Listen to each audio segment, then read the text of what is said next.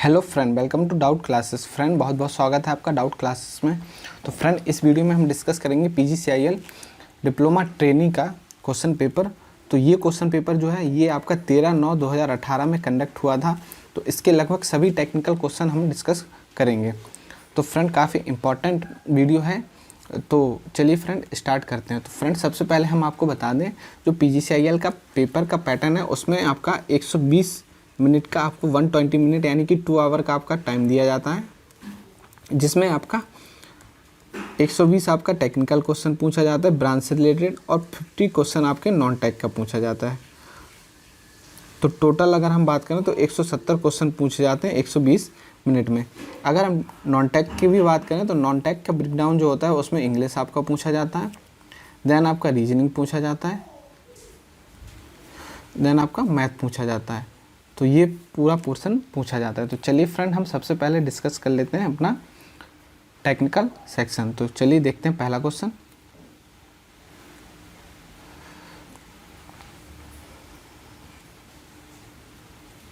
तो फ्रेंड, पहला क्वेश्चन है, if A differential charge d Q is given A differential energy. एक आपको चार्ज दिया है डी क्यू एंड एनर्जी दी है डी डब्ल्यू। तो राइज इन पोटेंशियल, तो पोटेंशियल आपको निकालना है। तो पोटेंशियल का जो फॉर्मूला होता है वो होता है डी डब्ल्यू अपॉन डी क्यू। तो ऑप्शन 4 आपका बिल्कुल सही है, डी डब्ल्यू अपॉन डी क्यू। चलिए फ्रेंड देखते हैं next question. At leading power factor the armature flux in an alternator. तो लीडिंग पावर फैक्टर पे आपका आर्मेचर फ्लक्स जो है वो क्या करता है? तो फ्रेंड सही आंसर है option 2, at the rotor flux, it's the rotor flux.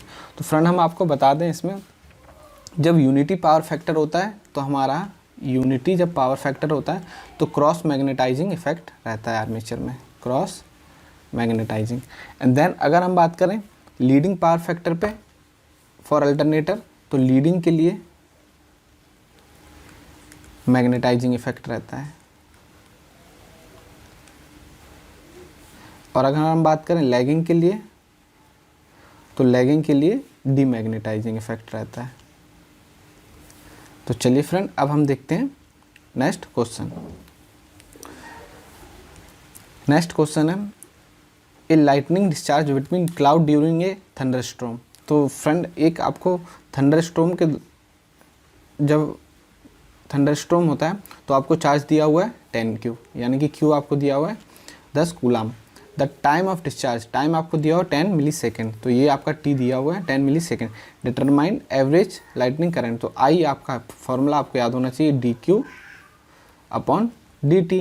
तो डी क्यू आपको दिया हुआ है 10 और आपको टाइम आपको दिया हुआ है 10 मिली सेकेंड, यानी कि 10 इंटू 10 की पावर -3। तो इसको हम कन्वर्ट करेंगे तो ये आ जाएगा 1000 एम्पियर। तो ऑप्शन 4 आपका बिल्कुल सही है।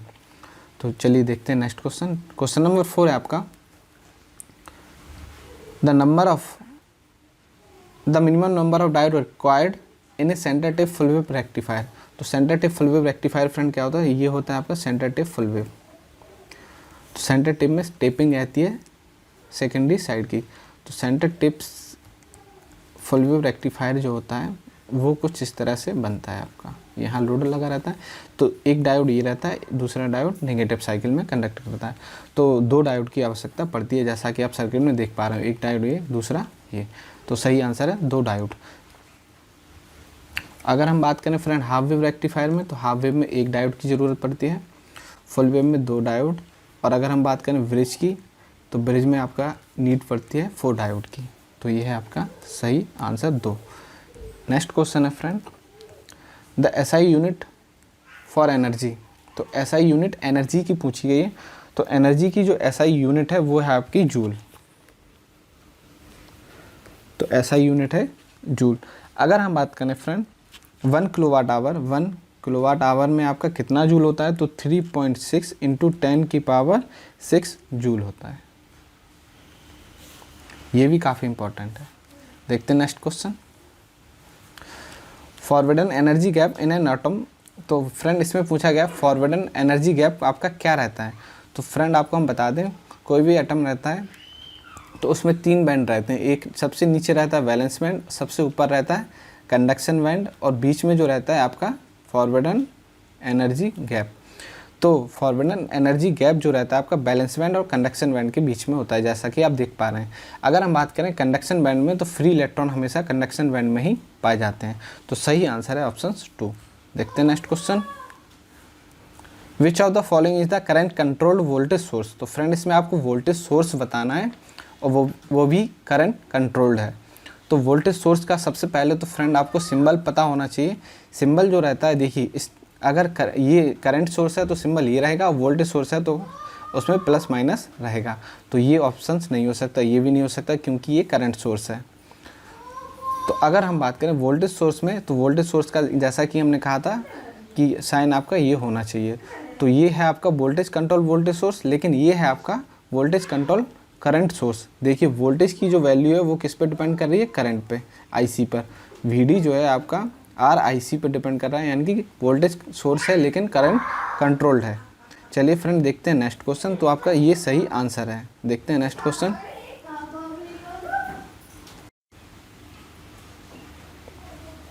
विच type of instrument is not directly applicable to measure the quantity of AC current. तो फ्रेंड एसी क्वांटिटी मेजर करने के लिए कौन सा इंस्ट्रूमेंट यूज नहीं किया जा सकता। तो फ्रेंड ये तो बहुत आसान क्वेश्चन है। पीएमएमसी मीटर जो होता है वो ओनली डीसी मेजर करने के लिए यूज किया जाता है, तो एसी मेजर करने के लिए यूज नहीं हो सकता है। तो सही आंसर है आपका पीएमएमसी मीटर, क्योंकि इसमें डिफ्लेक्शन जो टॉर्क रहता है वो डायरेक्टली प्रोपोर्शनल रहता है आई के, तो इसलिए ये एसी मेजर नहीं कर सकता है। जो एसी मेजरिंग इंस्ट्रूमेंट होते हैं उसमें रिफ्लेक्शन जो रहता है आई स्क्वायर के प्रोपोर्शनल रहता है। देखते हैं नेक्स्ट क्वेश्चन। नेक्स्ट क्वेश्चन है the free running speed of A train does not depend on. तो ट्रेन की जो स्पीड है वो किस पे डिपेंड नहीं करती है, तो ड्यूरेशन ऑफ द स्टॉप। चलिए देखते हैं friend next question. Next question काफ़ी इंपॉर्टेंट है, एनर्जी मीटर से रिलेटेड क्वेश्चन है। लगभग हर पेपर में एक क्वेश्चन एनर्जी मीटर से आपको मिल जाएगा।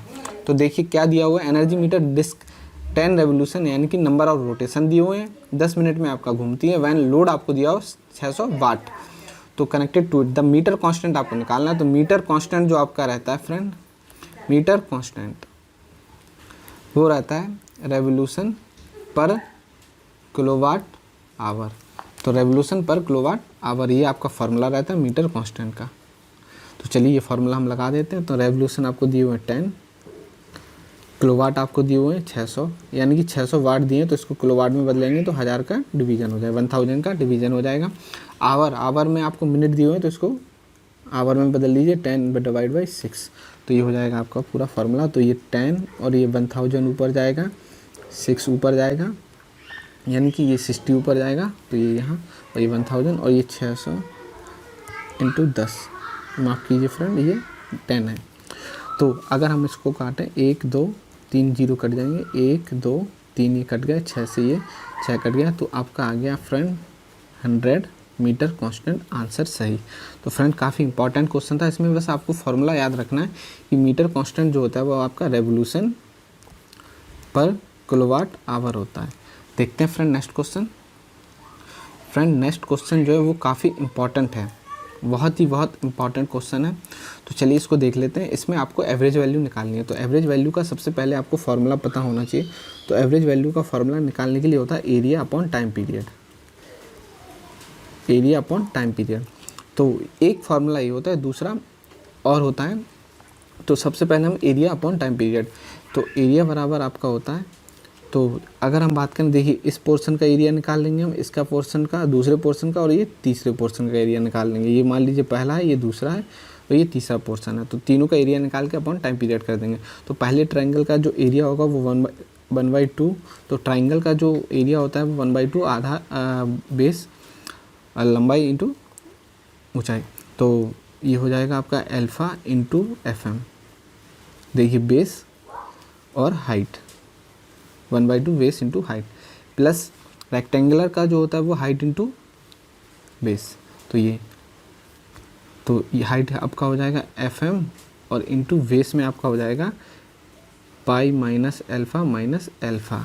और फिर से अगर हम बात करें इस रेक्टेंगुलर का जो एरिया होगा वो होगा 1/2, हाइट हो जाएगी आपकी FM और आपका हो जाएगा ये बेस हो जाएगा pi minus pi plus alpha. तो pi minus alpha pi minus pi और माइनस अल्फ़ा का ये प्लस हो जाएगा। तो अपॉन टोटल का टाइम पीरियड हम करेंगे, तो टोटल का टाइम पीरियड यहाँ 0 से लेके पाई है, तो टोटल पाई आ जाएगा। तो ये फ्रेंड आ जाएगा आपका, ये वाला पोर्शन आ जाएगा 1/2 FM अल्फ़ा। यहाँ अगर हम बात करें ये 2 अल्फ़ा हो जाएगा, माइनस और माइनस, तो ये हो जाएगा plus FM pi minus 2 alpha FM। और ये वाला जो पोर्शन है ये प्लस 1/2, ये अल्फ़ा से ये पाई से आपका पाई कट जाएगा, ये हो जाएगा 1/2 FM पाई और अपॉन का पूरे का टोटल पाई। तो फ्रेंड ये देखिए 1/2 FM अल्फ़ा 1/2 FM अल्फ़ा हो जाएंगे FM अल्फ़ा। तो फ्रेंड इसको हम लिख लेते हैं कहीं, ये हो जाएगा आपका FM अल्फ़ा और ये हो जाएगा प्लस FM पाई और यहाँ माइनस 2 FM अल्फ़ा। तो देखिए FM अल्फ़ा 2 FM अल्फ़ा ये हो जाएंगे, तो माइनस हो जाएंगे और अपॉन का पूरे का पाई। तो चलिए फ्रेंड इसको हम कर लेते हैं इरेज और दोबारा से करते हैं। तो देखिए इसमें से हम इसको घटा देंगे, तो ये हो जाएगा आपका FM pi minus FM alpha upon pi. तो फ्रेंड ये हो जाएगा, अगर हम FM इसमें से कॉमन ले लें तो pi minus alpha upon pi. तो फ्रेंड यही आपका सही आंसर है। देखिए देख पा रहे होंगे ऑप्शंस नंबर 4 आपका बिल्कुल सही आंसर है। तो कुछ नहीं करना है फ्रेंड, आपको फार्मूला रख देना है, आपको area upon time period, area upon time period, तो इससे आप निकाल पाएंगे। चलिए फ्रेंड देखते हैं नेक्स्ट क्वेश्चन। नेक्स्ट क्वेश्चन है if Vm is the maximum voltage then average voltage of the waveform will be. तो फ्रेंड यहाँ पे आप देख पा रहे होंगे ये हाफ वेव रेक्टिफाइड वेव है, यानी कि हाफ वेव है, तो Vm अगर मैक्सिमम वैल्यू है तो आपको एवरेज वैल्यू बतानी है। तो हाफ वेव की एवरेज वैल्यू जो होती है Vm अपॉन पाई होती है। अगर हम बात करें फुल वेव की तो 2Vm अपॉन पाई होती है। तो आंसर 3 आपका सही है। देखते हैं next question. Round the clock power supply is required for. Round the clock power supply जो होती हैं वो 24 घंटे ऑपरेट होती हैं, तो उनको एजेंशियल सर्विसेज में माना गया है। देखते हैं next question. Under normal condition the damper winding of a alternator.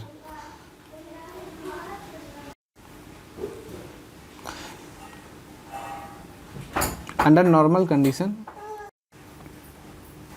The damper winding in an alternator. तो नॉर्मल कंडीशन में जो डैम्पर वाइंडिंग रहती है उसमें कोई भी करंट नहीं रहती है, does not carry any current.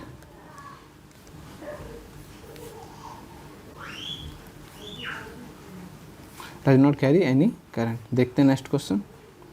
Next question है द रिलेशंस बिटवीन B बराबर म्यू एच। ये तो फ्रेंड पता ही होगा, V इक्वल टू होता है आपका म्यू एच। तो ये भी काफ़ी इंपॉर्टेंट क्वेश्चन था। देखते हैं friend next question. Next question है question number 16, which of the following device supply 12 watt. तो फ्रेंड इसमें हमें निकालना है कौन सी सप्लाई 12 वाट सप्लाई करती है। तो सबसे पहले फ्रेंड आपको कॉन्सेप्ट पता होना चाहिए डिलीवरिंग पावर और एब्जॉर्बिंग पावर। तो सप्लाई वही करेगी जो डिलीवरिंग पावर होगी।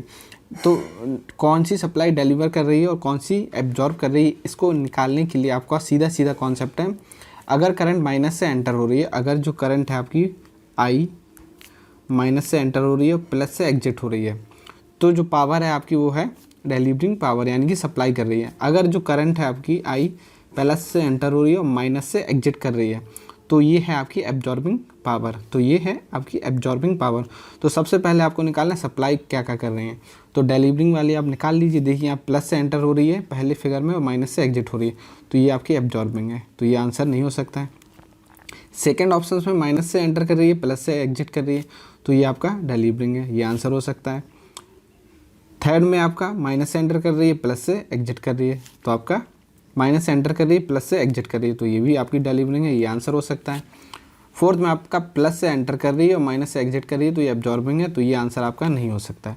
तो यानी कि आपके आंसर होंगे बी और सी। अब फ्रेंड इसमें पूछा गया है कि कितने 12 वाट की कौन सी सप्लाई करे, तो देखिए 6 × 2 तो 6 × 2 12 वाट, तो ये भी हो गया 12, ये भी हो गया 12। तो सही आंसर है बी एंड सी। तो काफ़ी इंपॉर्टेंट क्वेश्चन था फ्रेंड ये। चलिए देखते हैं next question. Which power plant require highest initial cost and minimum cost of fuel transportation. तो हाईएस्ट इनिशियल कॉस्ट और minimum cost of fuel transportation.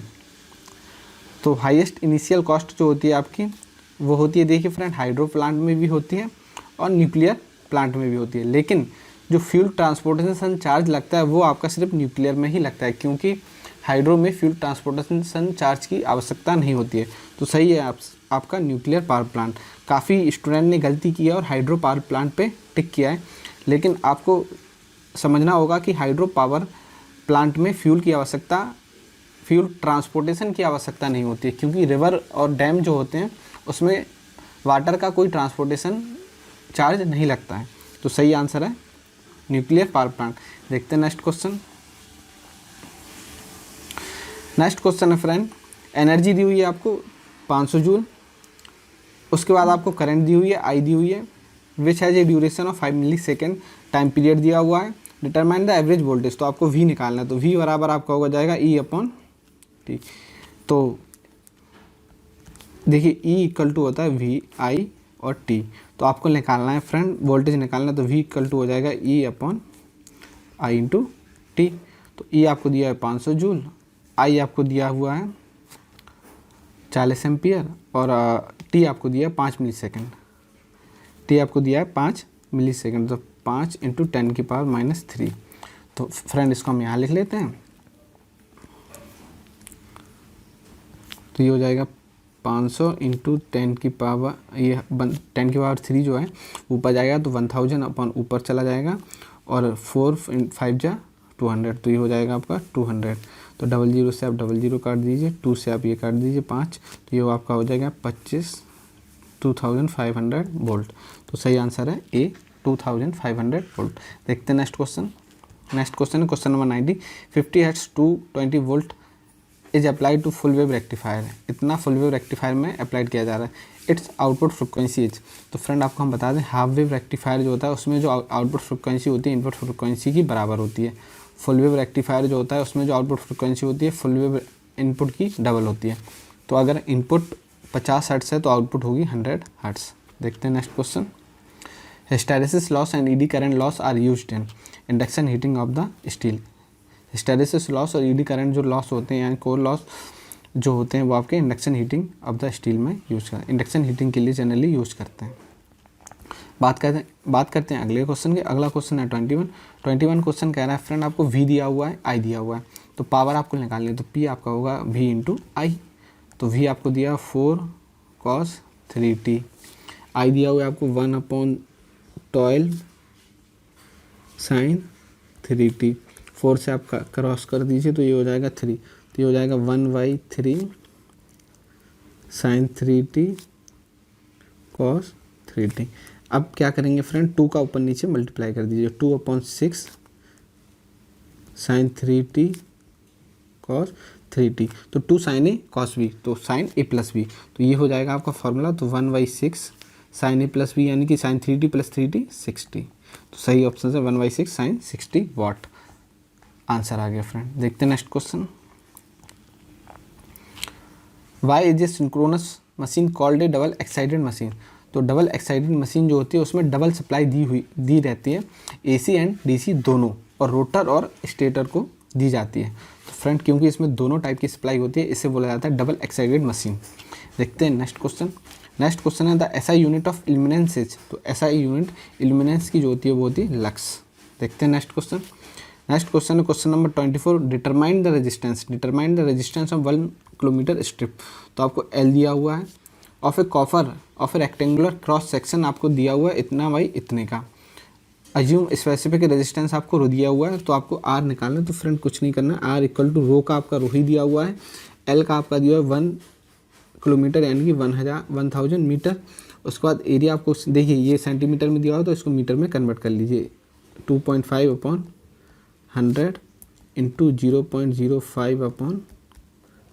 देखिए आर बराबर आपका होता है रो एल अपॉन ए। इस फॉर्मूले से आप निकाल दीजिए, ए निकालने के लिए ये क्रॉस सेक्शन आपको दिया हुआ है, तो इसको आप करेंगे तो ये हो जाएगा रो 1000 इंटू 100 अपॉन देखिए 2.5 इंटू 0.05, तो इसको आप काटेंगे तो 1 0 ये और 2 0 ये, तो ये 1000 अगेन यहाँ आ जाएगा। अच्छा, इसके बाद हम करेंगे 25 को इसके डिवाइड, तो ये हो जाएगा 4 से डिवीजन होगा, और 5 को इससे करेंगे तो ये 20 से होगा। तो इसको अगर हम सॉल्व करेंगे तो रो ये हो जाएगा 4 इंटू 20 हो जाएगा 80 और 10 की पावर 6, तो ये हो जाएगा 80 रो मेगा ओम। आंसर सही आ गया आपका ऑप्शन ए। देखते हैं next question. In case of DC generator, the critical field resistance is equal to the, तो फ्रेंड जो क्रिटिकल फील्ड रेजिस्टेंस होता है वो आपका होता है फील्ड रेजिस्टेंस के इक्वल होना चाहिए। तो देखते हैं फ्रेंड, ये ऑप्शन 3 आपका सही आंसर है। देखते हैं नेक्स्ट क्वेश्चन है आपका क्वेश्चन नंबर 26।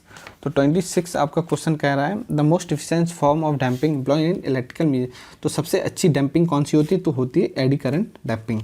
सबसे मोस्ट एफिशिएंट डैम्पिंग जो होती है वो होती है एडी करंट डैम्पिंग। ऑप्शन 2 आपका सही आंसर है। देखते हैं नेक्स्ट क्वेश्चन। इसमें फ्रेंड हम आपको बताना चाहेंगे कि फॉर बिल्डअप प्रोसेस यानी कि जनरेटर को स्टार्ट करने के लिए फील्ड रेजिस्टेंस आपका लो होना चाहिए क्रिटिकल रेजिस्टेंस से। देखते हैं अगला क्वेश्चन। नेक्स्ट क्वेश्चन है फ्रेंड, आपको एक सिलिकॉन डायोड में फॉरवर्ड वोल्टेज ड्रॉप दिया हुआ है, फॉरवर्ड करंट दी हुई है, रिवर्स करंट दी हुई है, रिवर्स वोल्टेज दिया हुआ है। कैलकुलेट द रिवर्स रेजिस्टेंस, तो रिवर्स रेजिस्टेंस आपको निकालना है, तो रिवर्स वोल्टेज देखिए 10 अपॉन करंट 1 इंटू माइक्रो है तो 10 की पावर -6, तो 10 मेगा ओम, ये ऊपर जाएगा तो मेगा ओम, तो सही आंसर है 10 मेगा ओम। देखते हैं फ्रेंड नेक्स्ट क्वेश्चन फ्रेंड काफ़ी इंपॉर्टेंट है, क्वेश्चन नंबर 28। तो 28 क्वेश्चन आपका कह रहा है, तो पहले हम इसे कर लेते हैं स्मॉल। तो 28 क्वेश्चन आपका बोल रहा है कि ऑब्टेन द वी आउटपुट, तो वी आउटपुट आपको निकालना है for the given network in term of V1 I2 V3, मतलब ये जो वोल्टेज सोर्स है इनके टर्म में आपको वी आउटपुट कैलकुलेट करना है। तो वी आउटपुट कैलकुलेट करने के लिए अगर फ्रेंड हम क्या करें, इस ब्रांच में करंट निकाल लें टोटल करंट और उसका 10 से मल्टीप्लाई कर दें, क्योंकि V equal to I into R, तो हमारा वी आउटपुट आ जाएगा। अच्छा, I निकालने के लिए हम क्या करेंगे, सुपरपोजिशन थ्योरम यहाँ पे लगा देंगे। तो सबसे पहले हम करते हैं V1 को एक्टिव, तो अगर हम V1 को एक्टिव करें तो हमारा सर्किट कुछ इस टाइप का बनेगा, प्लस माइनस V1 4000, ये आपका ओपन हो जाएगा यहाँ, ये आपका शॉर्ट हो जाएगा और ये होगा 10 ओम। तो ये जो करंट आएगी उसे मानते हैं I1। तो I1 जो होगी देखिए फ्रेंड, ये दोनों सीरीज में जुड़ गए हैं रेजिस्टेंस, तो I1 इक्वल टू होगी V1 अपॉन 50, तो यानी कि 0.02 V1, ये तो हो गई I1 की बात। अब हम करें, ये तो पहली कंडीशन। अगर हम दूसरा करें, दूसरी कंडीशन हम क्या मानते हैं, दूसरे में हम एक्टिव करते हैं फ्रेंड I2 को। तो चलिए I2 को अगर हम एक्टिव करते हैं तो एक रेजिस्टेंस आपका ये जुड़ जाएगा 40 का और ये शॉर्ट हो जाएगा आपका, और दूसरा रेजिस्टेंस ये आपका 10 का यहाँ जुड़ जाएगा। तो इसको मानते हैं हम I2। तो I2 निकालने के लिए करंट भी जरूर लगा दीजिए आप यहाँ पे। I2 इक्वल टू हो जाएगा टोटल करंट, यानी कि I मेन वाली I2, इसे हम स्मॉल में ले लेते हैं I2। तो main I2 into opposite branch का रेजिस्टेंस, अपोजिट यानी कि 400 और टोटल रेजिस्टेंस 50, तो 10 से 10 कटा, तो ये हो गया आपका I2 इक्वल टू हो गया 0.8 I2, तो ये हमारा I2 आ गया। अब हम निकालते हैं फ्रेंड तीसरी कंडीशन में हम इस V3 को एक्टिव करेंगे। तो V3 को एक्टिव जब हमने किया तो ये तो आपका ओपन हो गया और ये आपका शॉर्ट हो गया, और ये यहाँ 40 का जुड़ा हुआ था रेजिस्टेंस और ये 10 का यहाँ रेजिस्टेंस। तो अब देख पा रहे होंगे आप, डायरेक्शन जो है वो आपकी अपोजिट हो गई है। तो अपोजिट हो गई है, तो हमारा जो I3 आएगा वो आएगा माइनस के, देखिए V3 अपॉन 40 और 10 50, तो ये होगा आपका माइनस का माइनस, या फिर आप इसको प्लस ही रहने दीजिए, लेकिन डायरेक्शन अपोजिट रखिए अभी। तो डायरेक्शन अपोजिट रखेंगे तो ये हो जाएगा 0.02 V3, तो ये आपका I3 हो गया। तो एक एक करके हमने सारी करंट कैलकुलेट कर ली है फ्रेंड। अब हम कर रहे हैं इसको इरेज और दोबारा से निकालते हैं। तो फ्रेंड हमने I1 निकाला था, I1 जो हमारा आया था वो इस डायरेक्शन में आया था, नीचे की डायरेक्शन में। I1 इक्वल टू आया था आपका 0.02 V1। I2 जो हमने निकाला था, I2 जो हमारा था वो भी सेम डायरेक्शन में 0.8 I2। और हमने I3 जब निकाला था वो हमारा आया था इस डायरेक्शन में, ऊपर की तरफ डायरेक्शन में। I3 आया था 0.02 V3। तो अब जो टोटल I होगा फ्रेंड, सुपर इम्पोजिशन थ्योरम लगाने के बाद जो I इसमें फिल होगा, तो I इक्वल टू आपका हो जाएगा, देखिए I1 प्लस I2, और क्योंकि I3 अपोजिट है तो माइनस I3। तो I1 I2 I3 हो गया, तो ये 0.02 V1 plus 0.8 I2 minus 0.02 V3। तो अब हम क्या करेंगे फ्रेंड, अब हमें निकालना है V आउटपुट। तो V आउटपुट अगर निकालने के लिए I इंटू हम 10 कर देंगे, तो इस पूरी इक्वेशन में 10 का मल्टीप्लाई कर दीजिए, तो ये हो जाएगा equal to 0.02 V1 plus 8 V2 minus 0.2 V3। माफ़ कीजिए, ये 0 नहीं रहेगा, 0.2 रहेगा। तो ऑप्शन 3 आपका बिल्कुल सही है। देखते हैं फ्रेंड नेक्स्ट क्वेश्चन, काफ़ी इंपॉर्टेंट क्वेश्चन था ये। देखते हैं next question. In a 3 phase system, equal fault current in the line with 120 degree displacement are caused. तो 120 अगर डिस्प्लेसमेंट है तो वो आपका सिमेट्रिकल फॉल्ट है। नेक्स्ट क्वेश्चन है, when the rate of electrical energy is charge on the basis of maximum demand of the consumer and unit consume. अगर आपका जो इलेक्ट्रिकल एनर्जी का चार्ज है वो आपका मैक्सिमम डिमांड पे भी चार्ज हो रहा है, प्लस उसके बाद जो आपका यूनिट कंज्यूम कर रहा है उस पर चार्ज हो रहा है, तो वो होता है आपका 2 पोर्ट टैरिफ, जिसमें 2 पोर्ट यूज होते हैं। एक होता है आपका मैक्सिमम डिमांड का रेट, तो अगर मैक्सिमम डिमांड आपकी ए है तो उस पर रेट, प्लस उसके बाद एनर्जी कंज्यूम और उसका रेट अलग रहता है। तो ये होते हैं 2 पोर्ट टैरिफ। देखते हैं next question. Okay friend, next question है, the time rate of flow of electron charge past in a given point is known as. तो फ्रेंड इलेक्ट्रिक चार्ज जो रेट ऑफ फ्लो होता है इलेक्ट्रिक चार्ज का, उसको कहते हैं करंट। हम करंट होती है हमारी rate of flow of charge. देखते हैं नेक्स्ट क्वेश्चन। तो ऑप्शन 4 इसका सही है। Wave winding must go at least what around the armature before it closes back where it started. तो वेव वाइंडिंग जो हमेशा रहती है वो ट्वाइस बार राउंड करती है, तो सही आंसर है ट्वाइस। देखते हैं next question. Travelling speed of A crane varies from. तो ट्रैवलिंग स्पीड जो होती है वो वेरीज करती है, तो इसका आंसर ये है 1 to 2.5 मीटर पर सेकेंड। देखते हैं नेक्स्ट क्वेश्चन। नेक्स्ट क्वेश्चन है क्वेश्चन नंबर 34 क्वेश्चन कह रहा है, if the load angle of a 4 pole machine, तो आपको P इक्वल टू दिया हुआ है 4, सिंक्रोनस मोटर 8 डिग्री इलेक्ट्रिकल, तो थीटा इलेक्ट्रिकल आपको दिया हुआ है 8 डिग्री।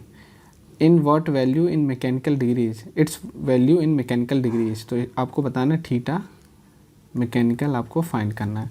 तो फ्रेंड फार्मूला होता है थीटा इलेक्ट्रिकल इक्वल टू होता है पोल बाई 2 और थीटा मैकेनिकल। तो इस फार्मूले में अगर हम पुट कर दें तो थीटा इलेक्ट्रिकल आपको दिया हुआ 8 इक्वल टू पोल आपको दिए हुए 4/2 और थीटा मैकेनिकल, ये 2 से 2 कैंसिल हो जाएगा, तो यहाँ आपका आ जाएगा थीटा मैकेनिकल इक्वल टू 8/2, ये 2 नीचे चला जाएगा, तो ये क्रॉस होके 4 आपका सही आंसर आ जाएगा। तो 4 आपका सही आंसर है। चलिए फ्रेंड देखते हैं next question.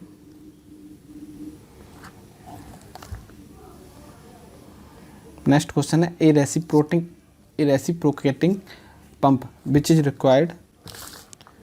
Required to start under load will need a. तो फ्रेंड रेसिप्रोकेटिंग पंप जो होता है उसमें double squirrel cage induction motor का यूज होता है, सही आंसर है। चलिए देखते हैं अगला क्वेश्चन। नेक्स्ट क्वेश्चन है, ए RLC series circuit, A series RLC circuit has a resonance frequency. तो रेजोनेंस फ्रिक्वेंसी यानी कि आपको FR दिया हुआ है 175 किलोहर्ट्ज़। उसके बाद आपको Q दिया हुआ है, Q इक्वल टू दिया हुआ है 50। तो आपको बैंडविड्थ निकालनी है, तो बैंडविड्थ इक्वल टू होता है फ्रेंड FR/Q। तो इस फार्मूले को आप याद कर लीजिए, FR/Q यानी कि 175/50। याद रखिए फ्रेंड, ये जो फ्रिक्वेंसी है ये किलोहर्ट्ज़ में है, तो जो आंसर आपका आएगा बैंडविड्थ का किलो हर्ट्स में ही आएगा। तो इसको हम डिवाइड करेंगे तो ये आ जाएगा 3.5 किलो हर्ट्स, सही आंसर। देखते हैं नेक्स्ट क्वेश्चन। नेक्स्ट क्वेश्चन है two port tariff is based on. तो फ्रेंड टू पोर्ट टैरिफ का ये सेकंड क्वेश्चन है। तो टू पोर्ट टैरिफ जो होता है आपका, उसमें दो पोर्ट होते हैं, यानी कि दो पैरामीटर्स होते हैं। देखिए जैसा कि नाम से आपको ज्ञात है, दो पैरामीटर होते हैं, एक होता है फिक्स चार्ज और एक होता है वेरिएबल। तो फिक्स जो होता है आपका, या वेरिएबल या फिर रनिंग कॉस्ट। तो टू पोर्ट टैरिफ में देखिए A इंटू किलोवाट एक मैक्सिमम डिमांड पे आपका फिक्स कॉस्ट लगता है, प्लस आपका B जो वेरिएबल कॉस्ट होता है वो आपका लगता है रनिंग कॉस्ट पे, यानी कि किलोवाट आवर। तो टू पोर्ट टैरिफ का ये पूरा कॉन्सेप्ट है, जनरली इंडस्ट्रीज में ये यूज होता है। चलिए देखते हैं अगला क्वेश्चन। नेक्स्ट क्वेश्चन है the measuring range of a voltmeter is expected to increase by method. तो एक वोल्टमीटर है, उसकी हमने सीरीज लगा के रेंज बढ़ाई हुई है। Find the relationship between V and V। तो हमें क्या करना है फ्रेंड, V मतलब टोटल V और स्मॉल v जो कि हमारा मूविंग इंस्ट्रूमेंट के अक्रॉस वोल्टेज है, उन दोनों में रिलेशन हमें बताना है। तो फ्रेंड यहाँ पे आप जैसा कि देख पा रहे होंगे ये सर्किट है, तो इस सर्किट में करंट तो सेम ही जा रही होगी। तो अगर हम करंट की बात करें तो I इक्वल टू आई, यानी कि ये जो आई है यानी कि मेजरिंग इंस्ट्रूमेंट में आई है, और ये जो आई है हमारी ये सीरीज वाली इसमें आई है, ये जो आ रहा है। तो आई दोनों में सेम है। अगर आई की हम बात करें तो आई इक्वल टू क्या होता है V/R। तो यहाँ पे अगर हम देखें मीटर के अक्रॉस, तो आई हम रखेंगे इस आई जो हम रखेंगे यहाँ पे V/, और R जो है हमारा मीटर का रेजिस्टेंस यानी कि स्मॉल r।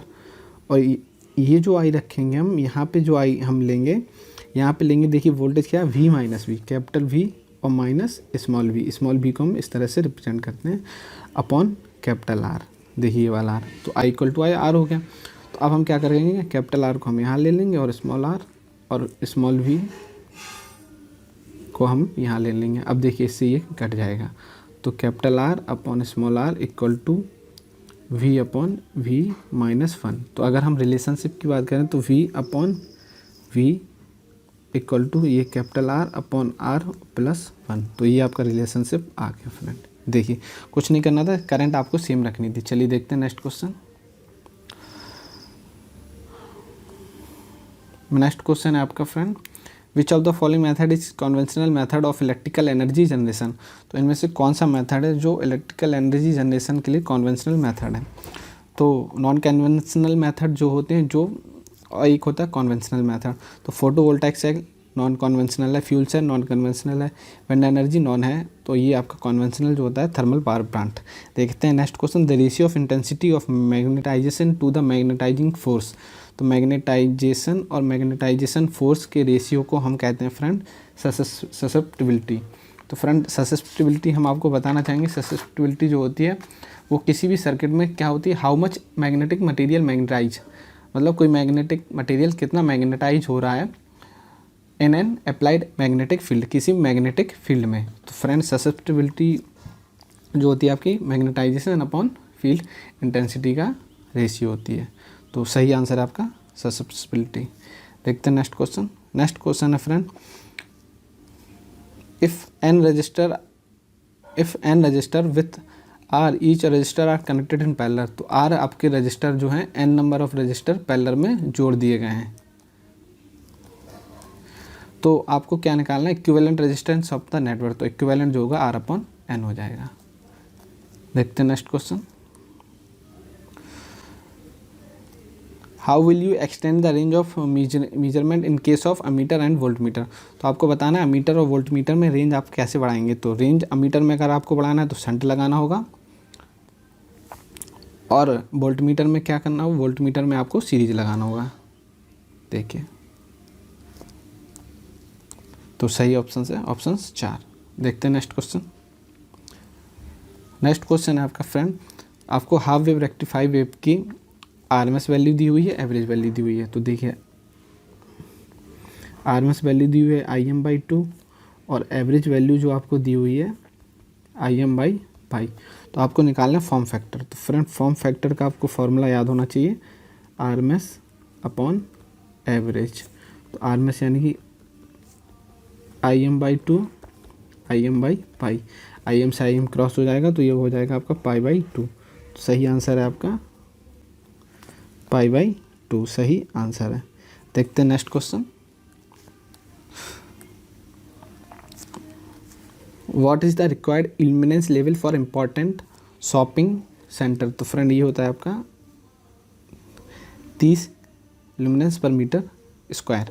नेक्स्ट क्वेश्चन है आपका the equation for a voltage wave. Voltage wave की आपको इक्वेशन दी है, आपको फ्रिक्वेंसी निकालनी है। तो फ्रेंड किसी भी आपको इक्वेशन में अगर फ्रिक्वेंसी निकालनी है तो फ्रिक्वेंसी निकालने का सीधा सीधा कॉन्सेप्ट होता है 2π अपॉन, यही रख दीजिए आप 2π अपॉन 2π।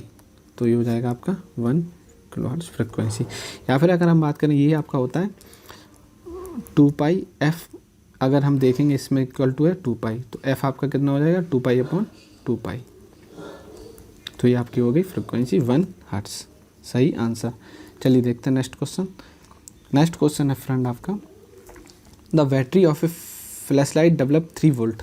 तो वोल्टेज आपको दिया हुआ है, the current through the bulb I आपको दिया हुआ है 200 मिली एम्पियर। तो इसको हम कन्वर्ट कर लेते हैं 200 into 10⁻³ ampere. Calculate the energy, तो आपको ई निकालनी है इन 5 मिनट। तो 5 मिनट में, लेकिन आपका आंसर आ रहा है किलोवाट आवर में आ रहा है। तो टी आपको दिया हुआ है 5 मिनट। तो 5 मिनट को अगर हम घंटे में बदलेंगे तो 5/60 आवर। तो ई आपको निकालने के लिए होगा friend VIT। E equal to P2 होता है, P इक्वल टू VI होता है, तो VIT। तो VIT तो 3 इंटू आई होगा आपका 200 इंटू 10⁻³ इंटू टी आपका हो जाएगा 5/60। तो 3 से आप इसको काट दीजिए, ये आपका कटेगा 20 से आपका 10 टाइम्स कट जाएगा, 10 इंटू 5 हो जाएगा ये 50। तो 50 इंटू 10⁻³ वाट आवर। तो अगर 10⁻³ को हटाएंगे हम तो मिली वाट आवर, तो 50 मिली वाट आवर आपका सही आंसर है। चलिए देखते हैं next question. Next question friend बहुत ही इंपॉर्टेंट है।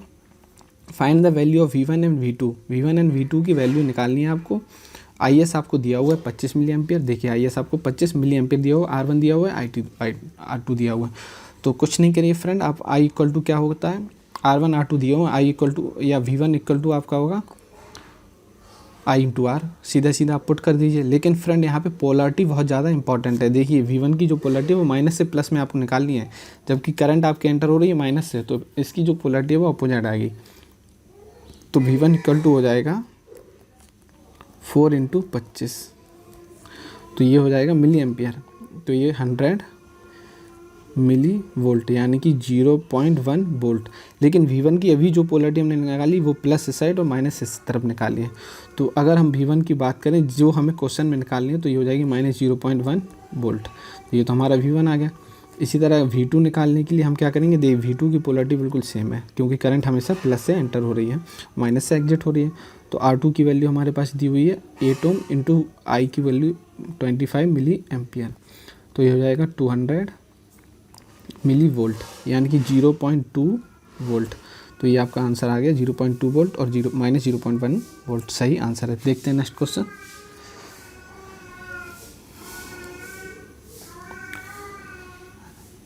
नेक्स्ट क्वेश्चन है फ्रेंड आपको voltage the voltage applied to a purely inductive coil दी हुई है of a self inductance L की वैल्यू दी हुई है। L इक्वल टू आपको दिया हुआ है 5/8 मिली हेनरी।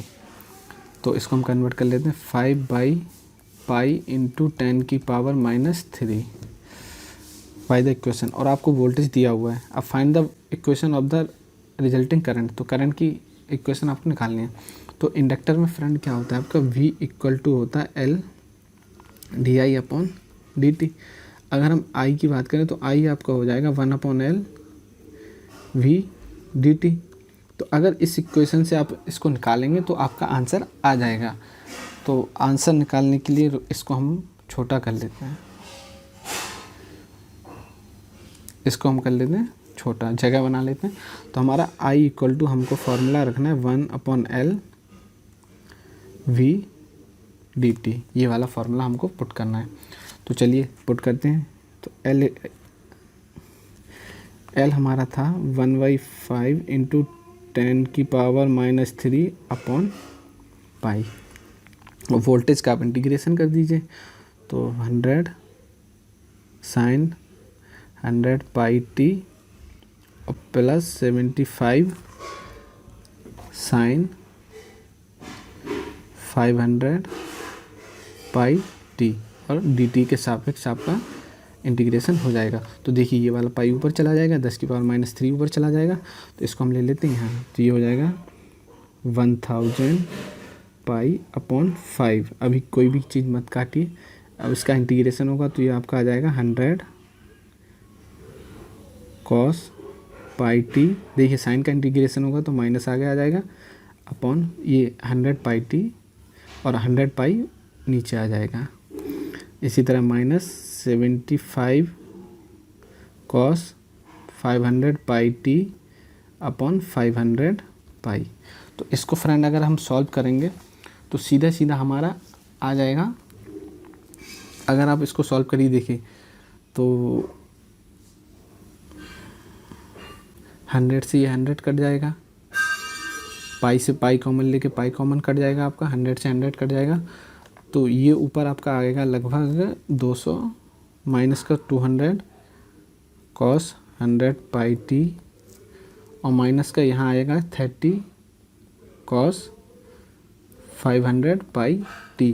तो अब देखिए माइनस साइन आपको कन्वर्ट करना है, तो आप सीधा सीधा एंगल फेजर में इसको ले जाइए। फेजर में जब आप ले जाएंगे तो 200 साइन 100 पाई टी माइनस पाई/2 आ जाएगा। इसी तरह ही आ जाएगा, तो सही आपका आंसर ये आ जाएगा। प्लस में अगर आप इससे ले जाएंगे फेजर में तो सही आंसर आपका ये आ जाएगा। तो चलिए फ्रेंड, ये बहुत ही इंपॉर्टेंट क्वेश्चन था। अब देखते हैं हम अपना नेक्स्ट क्वेश्चन। तो नेक्स्ट क्वेश्चन है the voltage regulation of a alternator having 0.75 leading power factor. Power factor आपको दिया हुआ है, नो लोड वोल्टेज आपको दिया हुआ है, रेटेड टर्मिनल वोल्टेज आपको दिया हुआ है। देखिए नो लोड वोल्टेज दिया हुआ है और रेटेड टर्मिनल वोल्टेज दिया हुआ है। तो वोल्टेज रेगुलेशन निकालना है, तो वोल्टेज रेगुलेशन जो करता है आपका नो लोड वोल्टेज, माफ़ कीजिए no load voltage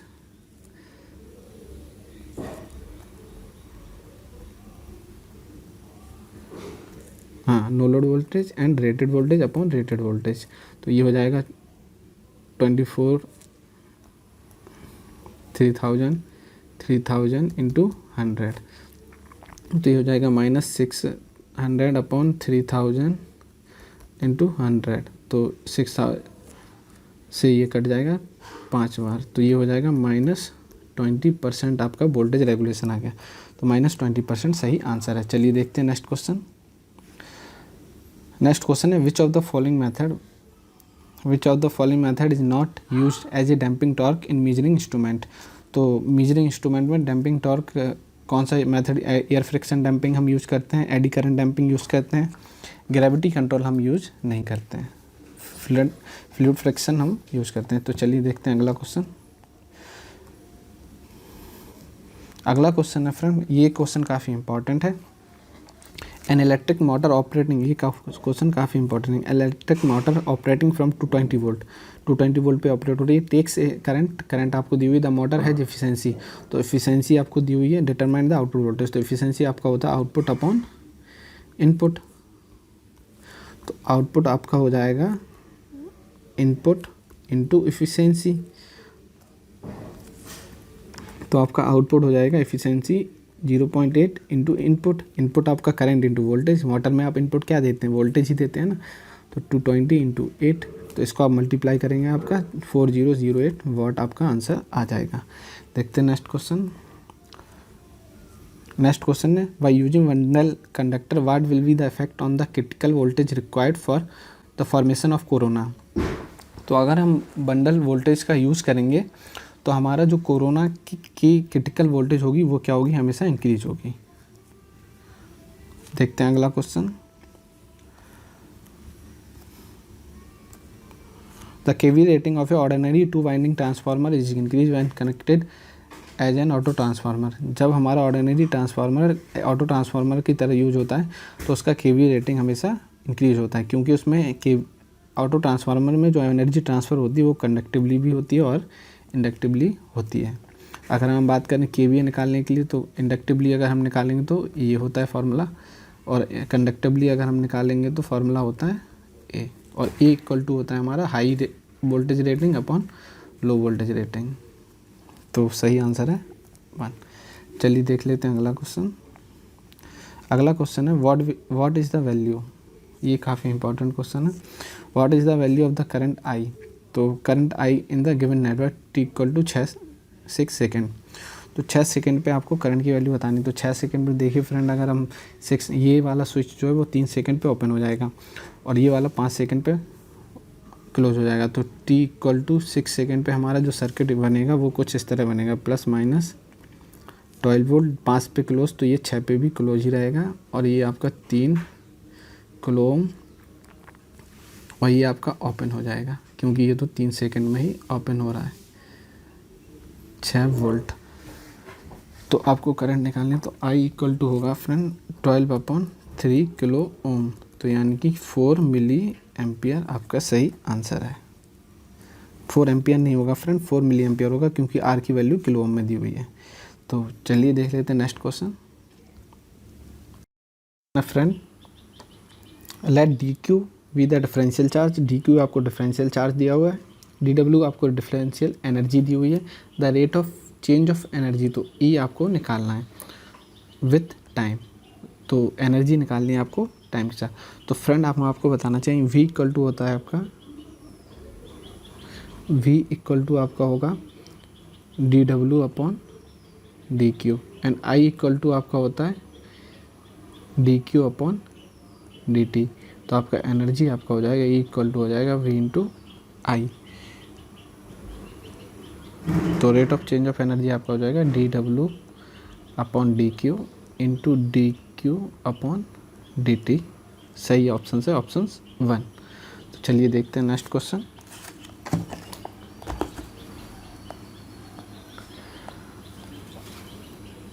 next question है फ्रेंड द इंटरनल कैरेक्टरिस्टिक्स, तो इंटरनल कैरेक्टरिस्टिक्स होते हैं वो डीसी जनरेटर के, वो आपका डिसाइड होते हैं on load voltage and armature current versus on load voltage. तो ऑप्शन 3 आपका बिल्कुल सही है।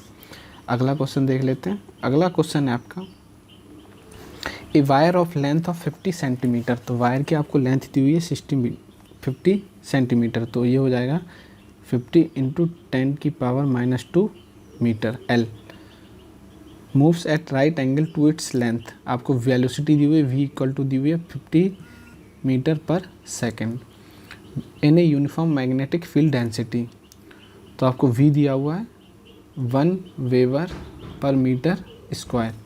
डिटरमाइन द ईएमएफ इंड्यूस, तो आपको ईएमएफ इंड्यूस्ड निकालना है व्हेन कंडक्टर इस डायरेक्शन परपेंडिकुलर डायरेक्शन है, तो आपका परपेंडिकुलर डायरेक्शन इसमें दिया हुआ है। तो फ्रेंड फार्मूला होता है E equal to V L V sine theta. अब चूंकि परपेंडिकुलर है तो साइन थीटा यानी कि थीटा इक्वल टू 90 होगा, और साइन थीटा साइन 90 की वैल्यू 1 होती है, तो फार्मूला हो जाएगा वी एल वी। तो वी एल वी अगर फार्मूला हो गया तो वी की जगह हम पुट करेंगे 50 इंटू 10⁻⁻2। देखिए ये वाला 50 सेंटीमीटर को हम मीटर में कन्वर्ट कर लेंगे, माफ़ कीजिए एल को हम पुट करेंगे इतना, और वी को हम पुट करेंगे 50 मीटर पर सेकेंड, ये वाला। उसके बाद और वी को हम पुट करेंगे 1 वेबर पर मीटर स्क्वायर। तो अगर हम इसको सॉल्व कर लेंगे तो हो जाएगा 25,000 इंटू 10⁻⁻2, तो हो जाएगा आपका 25 वोल्ट। तो सही आंसर है आपका 25 वोल्ट। चलिए देखते हैं नेक्स्ट क्वेश्चन। काफ़ी इंपॉर्टेंट क्वेश्चन था, equal to V L V sine theta आपको पुट करना था। तो चलिए अब देख लेते हैं अगला क्वेश्चन।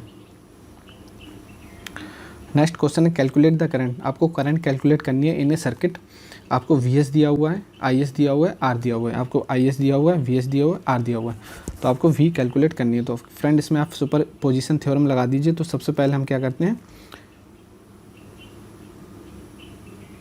सुपर पोजिशन अगर हम इसमें थ्योरम लगाएंगे तो ये हमारा हो जाएगा, माफ़ कीजिए फ्रेंड, इसमें देखिए आई दिया हुआ है, आपका करंट सोर्स दिया हुआ है I S equal to 3 ampere.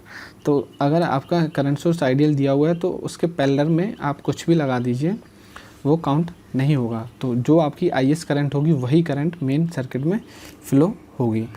तो मेन सर्किट में क्या होगा, वही करंट फ्लो होगी। तो इसका यही कॉन्सेप्ट होता है फ्रेंड। तो अगर हम करंट सोर्स के पैरेलल में कुछ लगा दें तो वो नहीं होगा। तो मतलब वो चलिए, तो अब हम देख लेते हैं अगला क्वेश्चन, क्वेश्चन नंबर 59। तो इसका जो सर्किट बनेगा फाइनली वो इस तरह से बनेगा, हम आपको बता देते हैं। ये VS IS, चूँकि ये VS लगा हुआ है 15 वोल्ट का और ये R लगा हुआ है आपका 5 ओम, जो I आएगी आपकी 15/5 यानी कि 3 एम्पियर। वोल्टेज सोर्स के पैरेलल में आप आइडियल वोल्टेज सोर्स के पैरेलल में कुछ भी लगा दीजिए वो रिडंडेंट हो जाता है यानी हट जाता है, और करंट सोर्स के सीरीज़ में आप कुछ भी लगा दीजिए वो आपका हट जाता है। माफ़ कीजिए अगर हमने उल्टा पहले आपको बता दिया हो तो सही कॉन्सेप्ट आपका ये है। चलिए देखते हैं अगला क्वेश्चन। अगला क्वेश्चन है which of the following motor is preferred for driving compressor. तो कंप्रेसर के ड्राइव करने के लिए कौन सी मोटर की आवश्यकता होती है? Variable head, centrifugal pump, rotary passes. तो DC कम्यूलेटिव कंपाउंड मोटर की आवश्यकता होती है। देख लेते हैं अगला क्वेश्चन।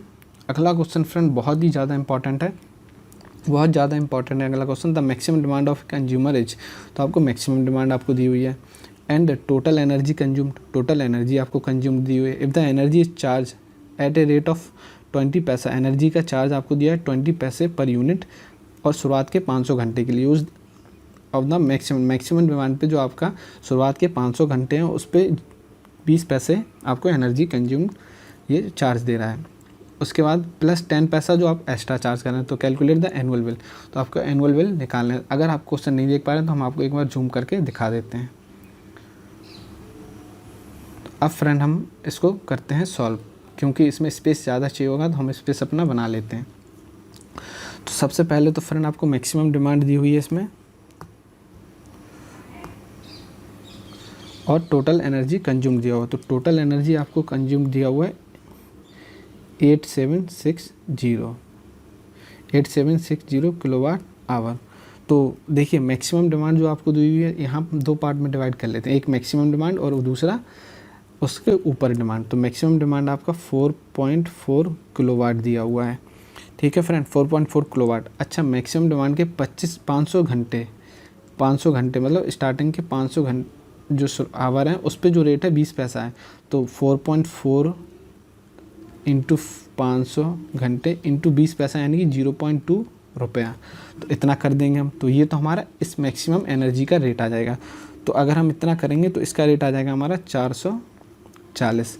तो ये तो हमारा मैक्सिमम एनर्जी पर रेट आ गया। अब हमारी बची हुई एक्स्ट्रा एनर्जी, तो टोटल एनर्जी हमारे पास थी 8760, तो 8760। अब इसमें से अगर हम मैक्सिमम एनर्जी घटा दें, मैक्सिमम एनर्जी हमारी कितनी है 4.4 इंटू 500, 4.4 इंटू 500 आप करेंगे तो 2200 किलोवाट आवर आएगा आपका। तो माइनस का 22, क्योंकि इसका रेट तो हमने यहाँ निकाल लिया 0.2 पैसे के हिसाब से, मतलब 20 पैसे के हिसाब से, तो ये 440 आया। तो अब बचे हुए का रेट हमें अलग टैरिफ के हिसाब से निकालना होगा। तो इसको इसमें से घटा देंगे तो ये आ जाएगा 6560। तो ये इतना आ गया। अब इसका रेट हमें निकालना है, इसका रेट हमें निकालना है किसके हिसाब से, 10 पैसे के हिसाब से। ये किलोवाट आवर में है। तो देखिए ये तो ऑलरेडी आवर में है, ये किलोवाट में था तो इसको हमने आवर में कन्वर्ट किया, 500 आवर का मल्टीप्लाई किया। तो इसका रेट हमें निकालना है 10 पैसे के हिसाब से। 6560 इंटू 10 पैसा मतलब 0.1। तो इसका रेट आ जाएगा आपका 10 हट जाएगा 656। तो ये आ गया आपका ओवर एक्स्ट्रा कॉस्ट का। तो अगर हम इन दोनों को जोड़ दें तो टोटल कॉस्ट हमारी आ जाएगी। तो इन दोनों को ऐड करने पे कितना आएगा 6 और 5 और 5 9 और 6 और ये 10 1096। तो सही आंसर है 1096। तो फ्रेंड क्वेश्चन देख के आपको नहीं घबराना है, क्वेश्चन देख के आपको नहीं घबराना, ये सही आपका आंसर है। आपको क्वेश्चन को सही से पढ़ना है और उसको सॉल्व करना है। तो अच्छा क्वेश्चन था, बहुत इंपॉर्टेंट क्वेश्चन था। चलिए देखते हैं नेक्स्ट क्वेश्चन। नेक्स्ट क्वेश्चन है गिवन द करंट आई, आपको आई दिया हुआ है, वोल्टेज दिया हुआ है, पावर निकालनी है, एनर्जी निकालनी है। तो पावर आपका P बराबर होता है V इंटू आई, और एनर्जी आपकी होती है अगर आप उसका इंटीग्रेशन कर दें किसी टाइम पीरियड में। तो आपका ऑप्शन 3 बिल्कुल सही है। चलिए देखते हैं नेक्स्ट क्वेश्चन। नेक्स्ट क्वेश्चन है when a given block of energy charge at a specific rate and the succeeding block of energy are charge at a progressively reduced rate. मतलब कोई एनर्जी आपकी वो ब्लॉक स्पेसिफिक ब्लॉक जो है आपका एक specific rate पे चार्ज हो रहा है, और उसके बाद वाले जो ब्लॉक हैं वो अलग रेट पे चार्ज हो रहे हैं, तो इससे कहते हैं ब्लॉक रेट टैरिफ। चलिए देख लेते हैं अगला क्वेश्चन।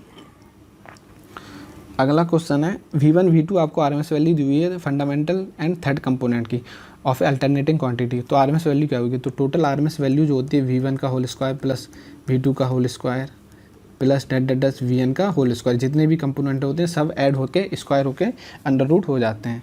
तो ऑप्शन 1 आपका बिल्कुल सही है। देख लेते हैं अगला क्वेश्चन।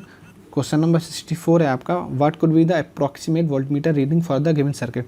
तो वोल्टमीटर की रीडिंग क्या होगी? देखिए 200 वोल्ट है आपका, तो 200 वोल्ट ही आपका जा रहा है वोल्टमीटर में, तो सही आंसर आपका 200 वोल्ट। चलिए देख लेते हैं अगला क्वेश्चन।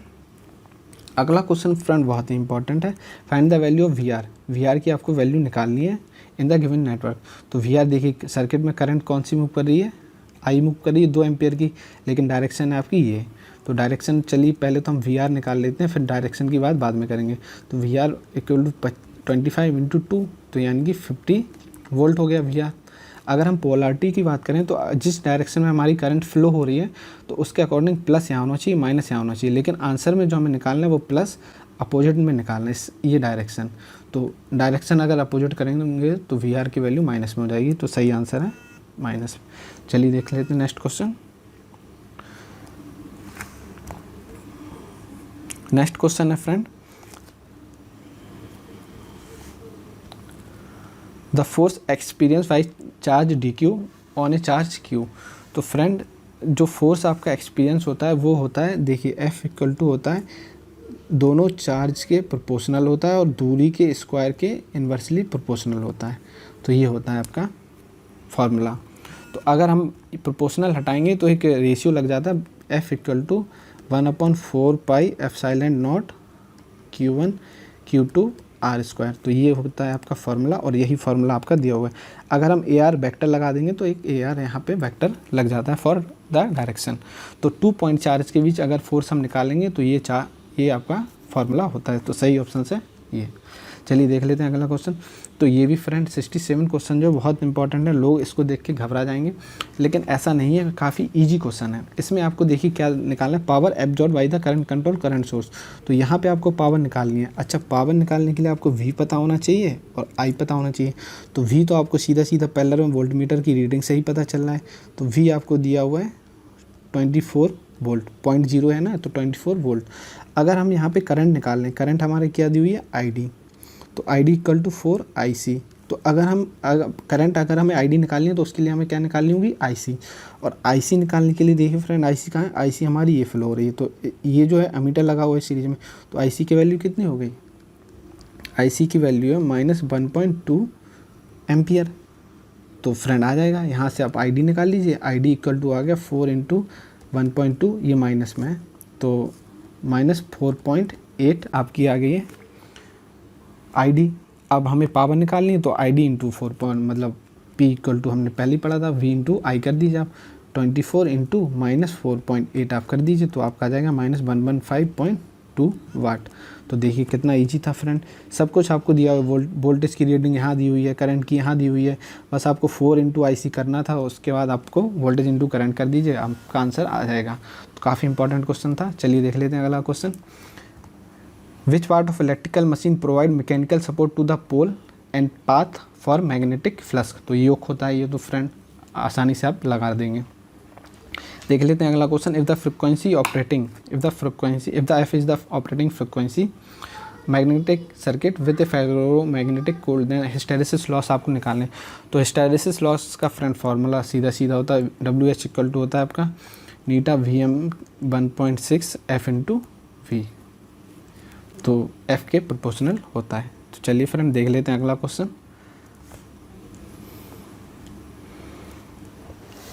नेक्स्ट क्वेश्चन है आपका, if the coefficient of the addition on dry cell 0.26 which of the following could be the value of the wet rain.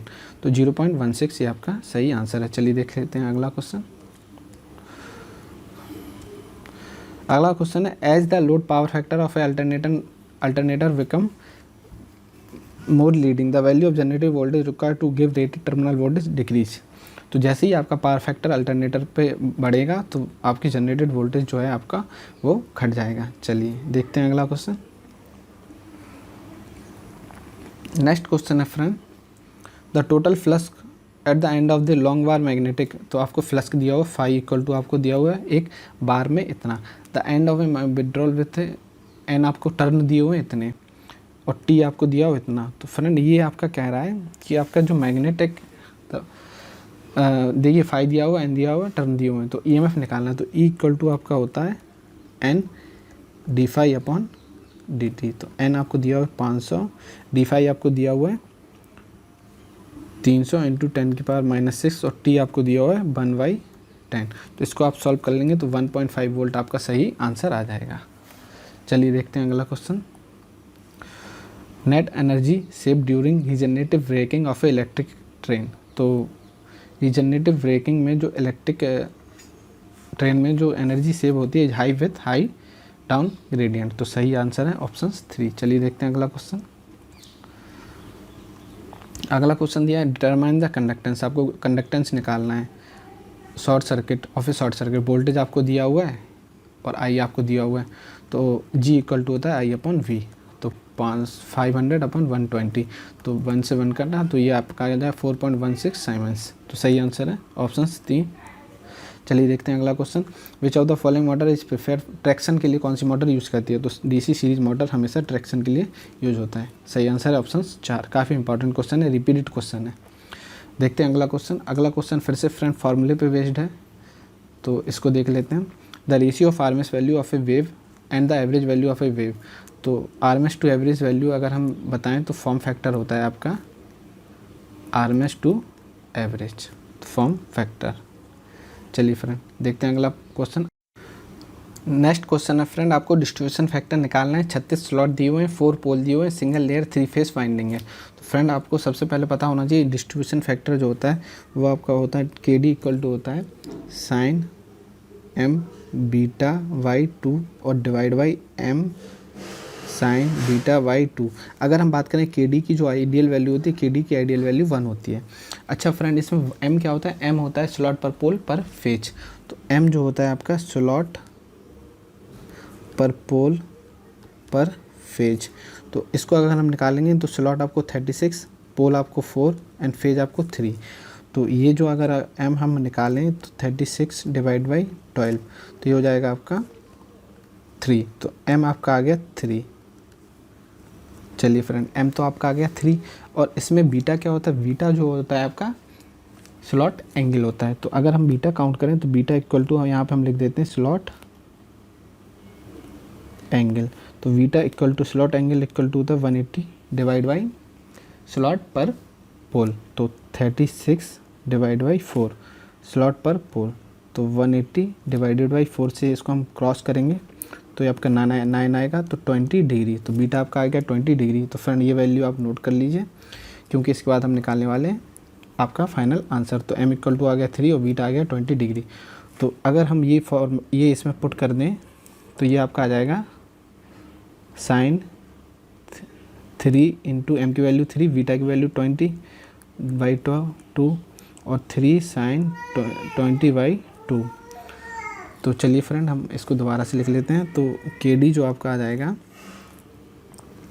Sign 3 into 20 by 2 और 3 साइन 20 बाई 2।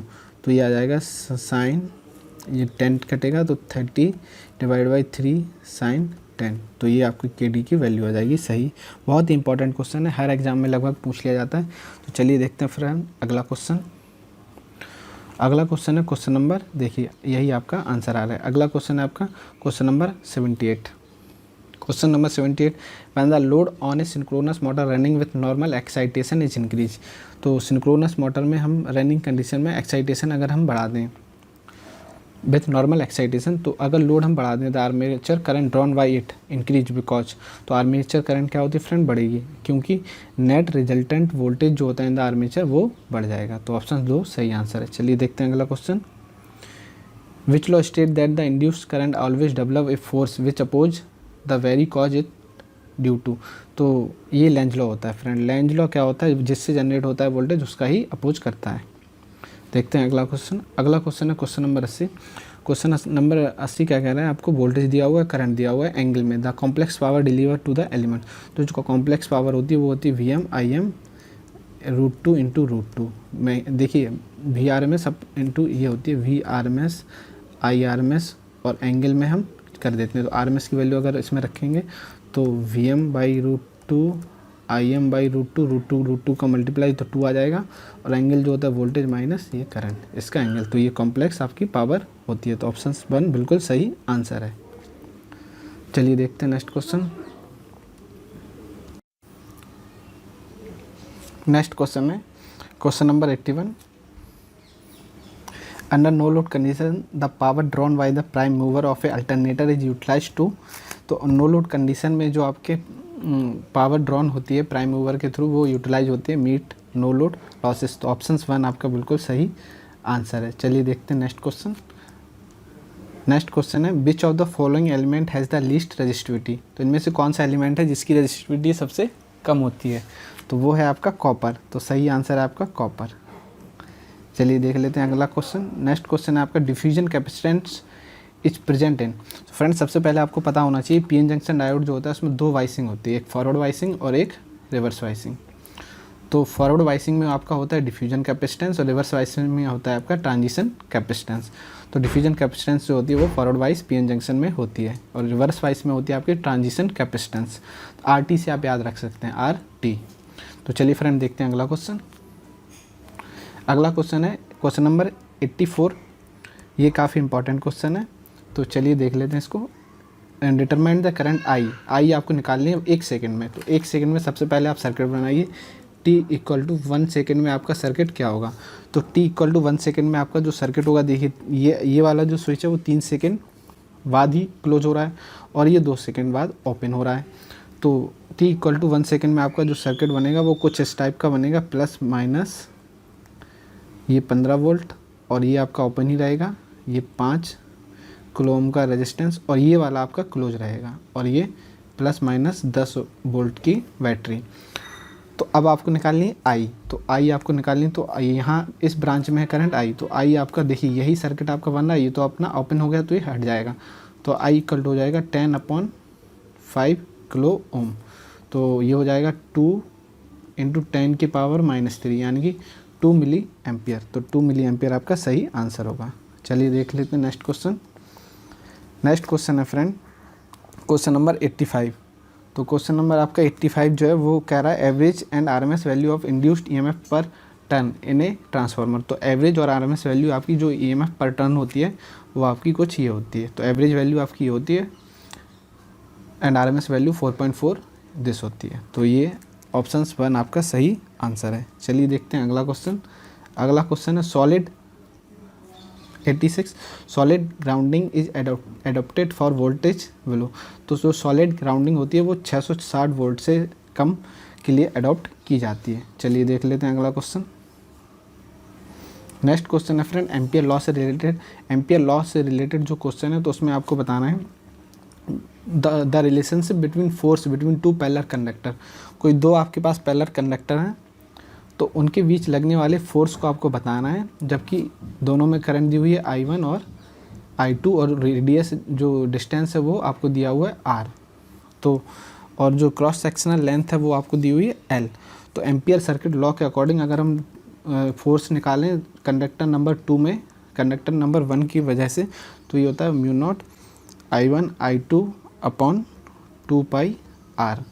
तो L आ जाएगा आपका क्रॉस सेक्शन एरिया। तो ये आपका सही आंसर ये वाला होगा। चलिए देखते हैं अगला क्वेश्चन। नेक्स्ट क्वेश्चन है if the time taken by alternating quantity to complete 1 cycle is 2 millisecond. तो T आपको दिया हुआ है 2 × 10⁻³ सेकेंड। तो आपको F निकालना है। F इक्वल टू हो जाएगा 1/T। तो यानी कि 1/2 × 10⁻³ तो ये हो जाएगा 1000/2 यानी कि 500 हर्ट्ज सही आंसर।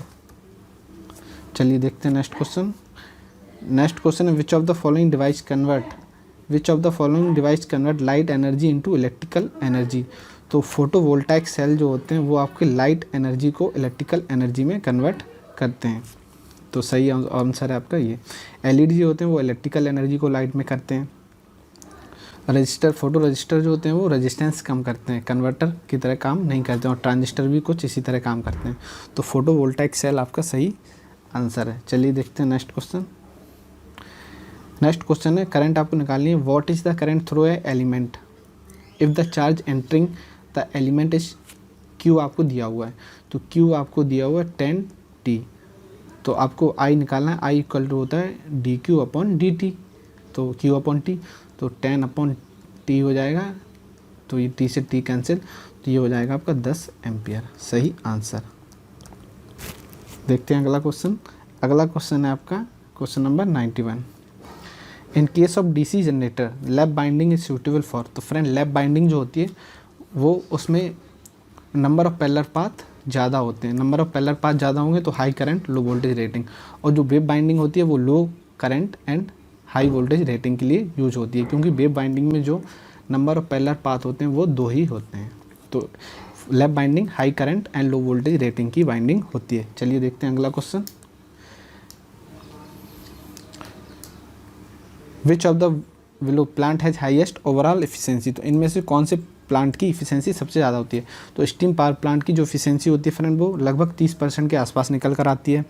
डीजल प्लांट की भी इफिशियंसी लगभग 30 से लेकर 40 निकल कर आती है।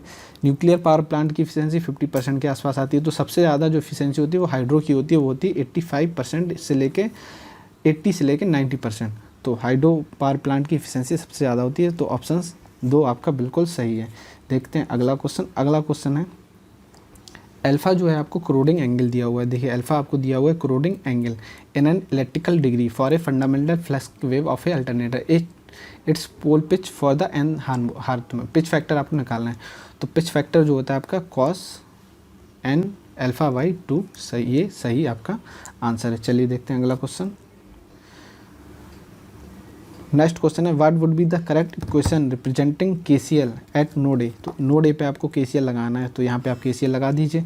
तो आने वाली करंट यानी कि I1 और माइनस के I2 माइनस के I3 और I4 क्या हो रही है, आ रही है। तो I4 इक्वल टू 0, तो केसीएल लगाना। तो ये आपका सही आंसर है, I1 I2 I3 I4। तो ऑप्शंस देखिए, आने वाली करंट इक्वल टू केसीएल क्या होता है, आने वाली current equal to incoming current equal to outgoing current, incoming equal to outgoing current. तो इनकमिंग इसमें कौन कौन सी, I1 आ रही है, उसके बाद I4 आ रही है, और जाने वाली करंट I2 प्लस I3। तो इनको हम इस साइड लेंगे तो I1 minus I2 minus I3 plus I4 equal to 0। तो ये इक्वेशन आपकी निकल कर आएगी, यही आपका सही आंसर है। देखते हैं नेक्स्ट क्वेश्चन। नेक्स्ट क्वेश्चन है, द सिंक्रोनस कैपेसिटर इज। जो सिंक्रोनस कैपेसिटर होता है वो generally over excited synchronous motor होती है जो नो लोड पर ऑपरेट होती है। तो ऑप्शन 3 आपका सही आंसर है। तो ऑप्शन 3 सही आंसर है। देखते हैं next question. Next question friend बहुत इंपॉर्टेंट है, तो इसको हम स्टार बना लेते हैं, काफ़ी इंपॉर्टेंट क्वेश्चन है। The current source in the given network supply. तो इसमें जो करेंट सोर्स है वो आपका ये 40 वाट का सप्लाई कर रहा है power. What value do meter read. तो मीटर की वैल्यू क्या होगी, तो सबसे पहले तो फ्रेंड यहाँ पे देखिए मीटर की जो वैल्यू होगी, सबसे पहले देखिए वोल्ट मीटर पैरेलल में लगा हुआ है और पावर आपको दी हुई, करंट दी हुई है। तो वोल्टेज इक्वल टू क्या होगा आपका पावर यानी 40 अपॉन करंट कितनी, 2 एम्पियर। तो ये हो जाएगा 20 वोल्ट। तो सबसे पहले हमने इसकी जो रीडिंग है वो 20 वोल्ट यहाँ पे निकाल ली है, इसकी रीडिंग पावर अपॉन करंट करके। उसके बाद जब 20 वोल्ट ये हमारा आ गया, उसके बाद देखिए ये 2 एम्पियर की करंट यहीं जा रही है, लेकिन ये जो आई है हमारी इस डायरेक्शन में आ रही है। तो जो इसकी रीडिंग आएगी वो माइनस 2 एम्पियर आएगी। तो सही ऑप्शन से आपसे ऑप्शन बी 2 एम्पियर। देखिए फ्रेंड इसमें क्या होगा, ये 2 एम्पियर इस डायरेक्शन में जा रही है, लेकिन एमीटर की जो पोलैरिटी है वो इस डायरेक्शन में। तो ये जो 2 एम्पियर है करंट का मैग्नीट्यूड वही रहेगा, लेकिन ये माइनस का साइन चेंज हो जाएगा। तो माइनस की 2 एम्पियर, और वोल्टेज हमने निकाल ही लिया था पावर के थ्रू। तो काफ़ी इंपॉर्टेंट क्वेश्चन था, अच्छा क्वेश्चन था। चलिए मूव करते हैं नेक्स्ट क्वेश्चन की तरफ। Moving iron instrument can be use to measure. तो मूविंग आयरन इंस्ट्रूमेंट जो रहते हैं वो AC और DC दोनों को मेजर करने के लिए यूज़ किए जाते हैं। तो वो direct and alternating current voltage, तो करंट और वोल्टेज दोनों ही, क्योंकि मूविंग आयरन इंस्ट्रूमेंट में जो डिफ्लेक्शन रहता है वो प्रोपोर्शनल रहता है I स्क्वायर के। तो I स्क्वायर के प्रोपोर्शनल रहता है, तो स्क्वायर के प्रोपोर्शनल रहता है, इसलिए AC और DC दोनों को मेजर करने के लिए कैपेबल होते हैं। चलिए देखते हैं अगला question. The sole purpose of a commutator and DC generator, तो कम्यूटेटर का जो पर्पस होता है वो convert induce AC into DC, AC को डीसी में कन्वर्ट करने के लिए यूज़ करते हैं। एज ए मैकेनिकल रेक्टिफायर आपका ये काम करता है। चलिए देखते हैं अगला क्वेश्चन। अगला क्वेश्चन है क्रेस्ट फैक्टर और एम्पलीट्यूड फैक्टर। तो क्रेस्ट फैक्टर या मैक्सिमम वैल्यू जो आपकी होती है वो होती है आपकी maximum value upon RMS value. Peak factor जो होता है आपका या क्रेस्ट फैक्टर जो होता है वो होता है मैक्सिमम अपॉन आरएमएस। सही आंसर है। चलिए देखते हैं अगला क्वेश्चन। अगला क्वेश्चन है फ्रेंड पावर प्लांट की इफिशियंसी से रिलेटेड। तो इसको सॉल्व करने के लिए हम देखते हैं। तो a steam power plant has overall efficiency, तो नीटा आपको दी हुई है, इफिशियंसी आपको दी हुई है 20% यानी कि 0.2 दी हुई है इफिशियंसी। और उसके बाद अगर हम बात करें इसमें दिया हुआ है and 0.5 kg of coal is burn per kilowatt hour, तो 1 किलोवाट आवर में इतना कोल आपका बर्न होता है। तो इलेक्ट्रिक अगर हम बात करें 1 kg कोल में कितनी आपकी इलेक्ट्रिकल एनर्जी होगी, तो देखिए 0.5 में 1 था, तो अगर हम क्या करें 1/0.5 कर दें तो ये आपका आ जाएगा 2 किलोवाट पर kg। तो ये तो हमारा कोल बर्न आ गया। इफ़िशेंसी आपको दी हुई है, तो इससे हम निकाल लेंगे इफ़िशेंसी आपकी क्या होती है आउटपुट अपॉन इनपुट। तो आउटपुट अपॉन इनपुट, तो इनपुट अगर हमें निकालना है तो आउटपुट हमें आ गया 2 किलोवाट पर आवर आ गया, पर 2 किलोवाट आवर पर kg आ गया, 2 किलोवाट आवर पर kg। और इनपुट हम यहाँ पे रख देंगे। इनपुट अगर निकालनी है तो इफ़िशेंसी 0.2 हो गया। तो इसको हम करने पे हमारा क्या आ जाएगा 10 किलोवाट आवर पर kg आ गया हमारा इनपुट। तो अब हमें निकालना है calculate the calorific value of the fuel. तो देखिए इनपुट हमने निकाल ली, तो वही हमें निकालना है क्लोरोफिक वैल्यू, हमने कितना इनपुट दिया और उसकी क्लोरोफिक वैल्यू हमें निकालनी है, जबकि 1 किलोवाट आवर आपको दिया 180 इतना। तो 10 इंटू 860 हो जाएगा, तो ये इतना आपका आंसर आ जाएगा। कुछ नहीं करना था फ्रेंड, इनपुट इफिशियंसी बराबर इनपुट अपन आउटपुट रखना था। आउटपुट आपको दिया हुआ है, तो आउटपुट हमें कैलकुलेट करना है, इफिशियंसी दी हुई है, उससे हम इनपुट निकाल लेंगे और उसका मल्टीप्लाई कर देंगे, तो आंसर आपका आ जाएगा। चलिए नेक्स्ट क्वेश्चन है क्वेश्चन नंबर 101 यानी 101। The maximum demand of a consumer, maximum demand आपको दी हुई है यानी कि करंट आपको दी हुई है I इक्वल टू दिया हुआ है और यहाँ पे V इक्वल टू दिया हुआ है। Calculate the equivalent maximum power demand, तो P आपको निकालना, तो P इक्वल टू होता है V इंटू I। तो V आप रख दीजिए 220 और I आप रख दीजिए 20 एम्पियर, तो हो जाएगा 4400। तो ये हो जाएगा आपका 4.4 किलोवाट। सही आंसर। तो ऑप्शन 3 आपका सही आंसर है। उसके बाद अगर हम बात करें नेक्स्ट क्वेश्चन की, क्वेश्चन नंबर 102। तो क्वेश्चन नंबर 102 है आपका, इनमें से कौन सा मेथड है ब्रेकिंग का in which motor armature remain connected. Armature हमेशा कनेक्टेड रहता है to the supply and drop power from it producing torque opposite in the direction of motion. तो देखिए फ्रेंड 3 टाइप की ब्रेकिंग होती है, एक होती है आपकी प्लगिंग और दूसरी होती है आपकी डायनेमिक और तीसरी होती है आपकी रीजनरेटिव। तो डायनेमिक में आप टर्मिनल निकाल देते हैं, कनेक्टेड नहीं करते हैं, तो ये तो आपका ख़त्म हो गया क्योंकि इसमें कनेक्टेड आर्मेचर आपका हटा दिया जाता है। तो प्लगिंग में जो होता है आपका अपोजिट डायरेक्शन में टॉर्क जनरेट किया जाता है। तो ये ऑप्शन 102 का 3 आपका बिल्कुल सही है। देखते हैं next question.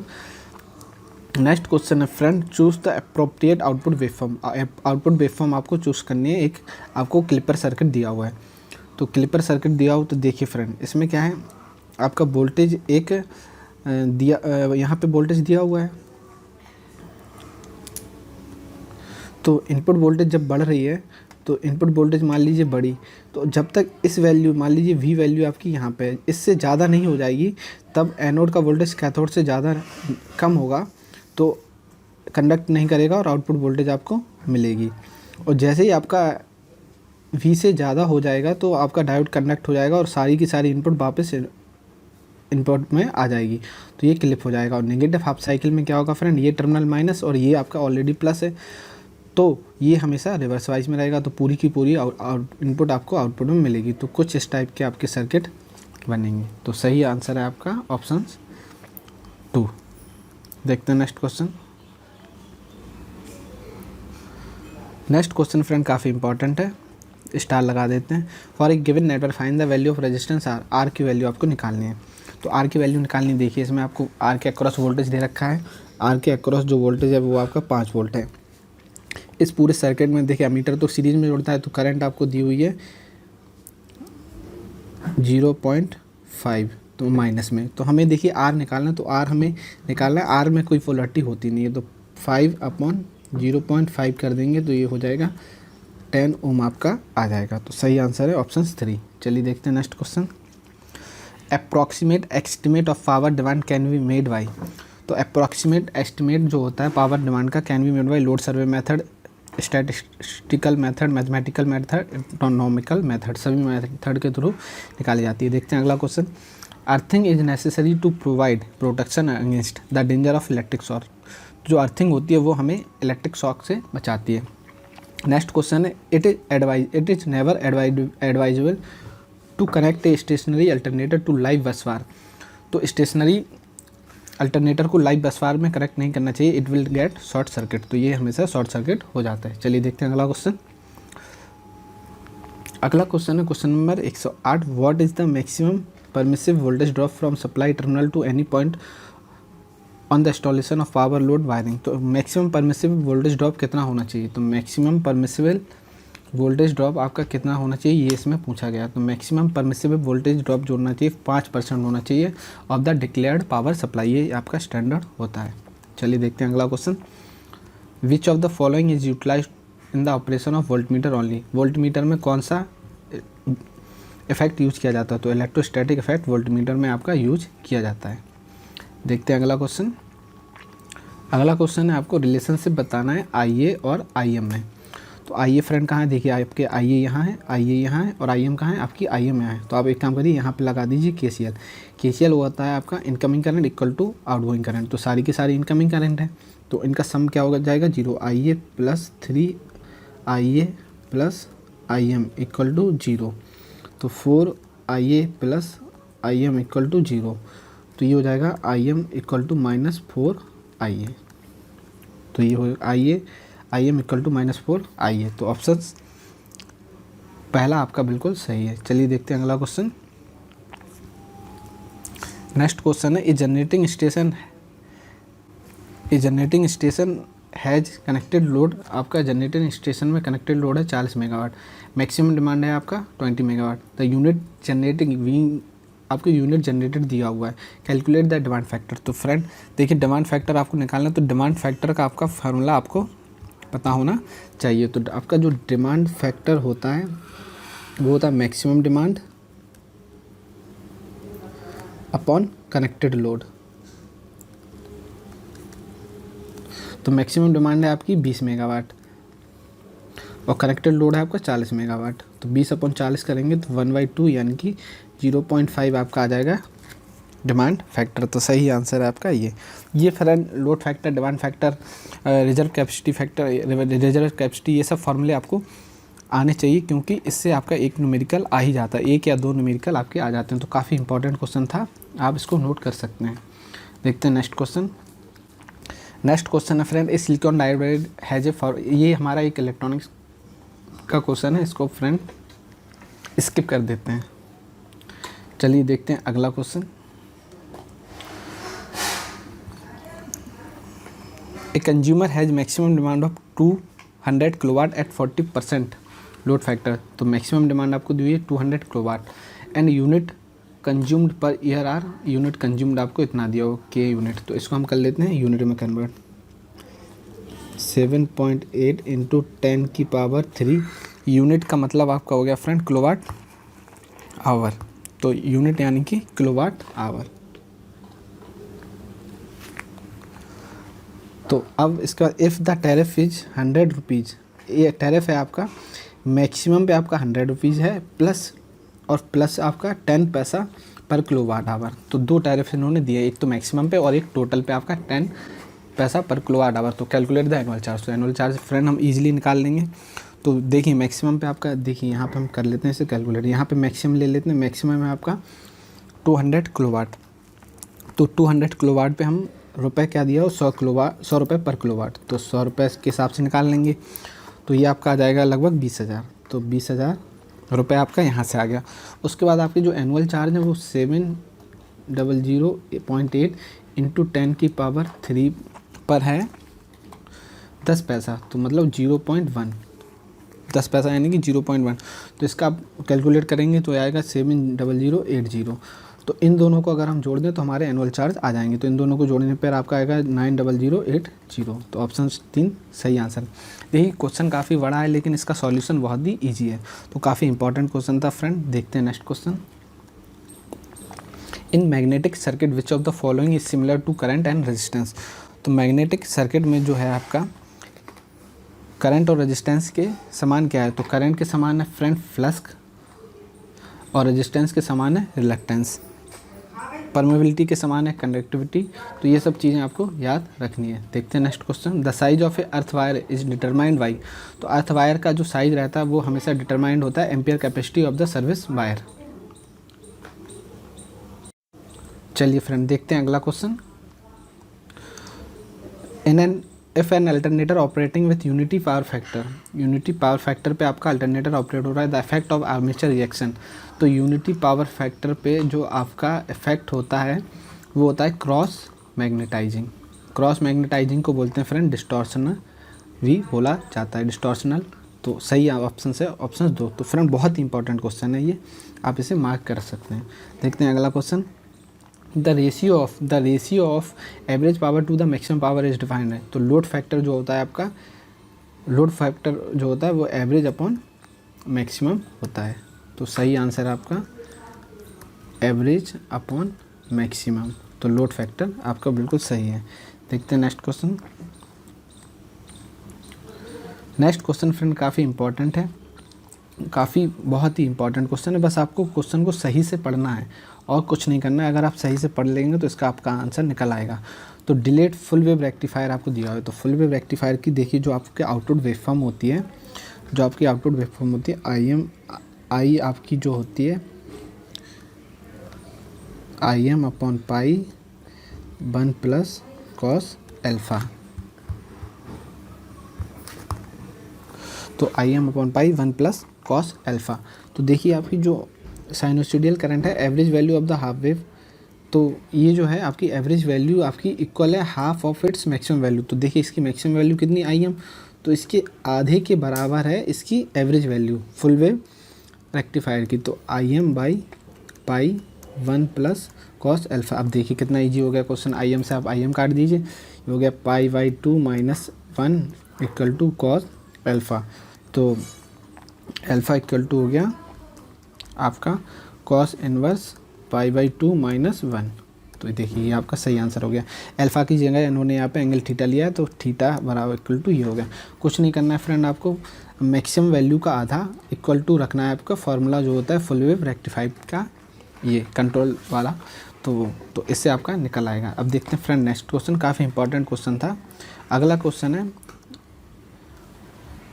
The load resistance निकालना है, वोल्टेज दिया हुआ है और the load resistance in A 220 volt circuit is, load resistance दिया हुआ है 220 सर्किट वोल्ट में इतना। Determine the load current I निकालना है, तो 220 अपॉन 40 आप कर दीजिए, तो ये आ जाएगा 5.5 एम्पियर। सही आंसर। चलिए देखते हैं अगला क्वेश्चन। अगला और लास्ट क्वेश्चन है हमारा। देखिए एक आपको साइन वेव का वोल्टेज दिया हुआ है, इसमें आपको VRMS निकालना है। तो VRMS हमने क्या बताया था, VM का होल स्क्वायर, V2 का होल स्क्वायर प्लस V3 का होल स्क्वायर, जितने भी रहेंगे कंपोनेंट उनका ऐड हो जाएगा और डिवाइड बाई √2। तो ये हो जाएगा आपका 400 का whole square divide by √2 plus 300 का होल स्क्वायर और 2, माफ़ कीजिए 2 यहाँ रहेगा। तो ये आपका हो जाएगा लगभग 1600 और प्लस 900। देखिए 400, 900, 1600 प्लस 900 2500, तो ये आपका हो जाएगा 500 अपॉन √2। सही आंसर। तो फ्रेंड ये हो गया हमारा 120 क्वेश्चन कंप्लीट टेक्निकल में। तो बहुत ही इम्पॉर्टेंट वीडियो था ये, क्योंकि PGCIL का एग्ज़ाम आपका आने वाला है। तो आने वाले दिनों में हम और भी जितने PGCIL के क्वेश्चन पेपर हैं वो भी अपने यूट्यूब चैनल पर लेकर आएंगे। तो अगर आप हमारे साथ जुड़े रहना चाहते हैं तो हमारे यूट्यूब चैनल को सब्सक्राइब कीजिए और हमारे वीडियो को लाइक कीजिए, फ्रेंड के साथ शेयर कीजिए। तो आने वाले दिनों में हम PGCIL के और भी वीडियो लेके आएंगे जिसमें हम सारे क्वेश्चन पेपर लगभग सॉल्व कराते रहेंगे। तो हमारे साथ जुड़ने के लिए आपको वीडियो के डिस्क्रिप्शन में टेलीग्राम चैनल का लिंक भी मिल जाएगा। तो फ्रेंड बहुत बहुत धन्यवाद, थैंक यू।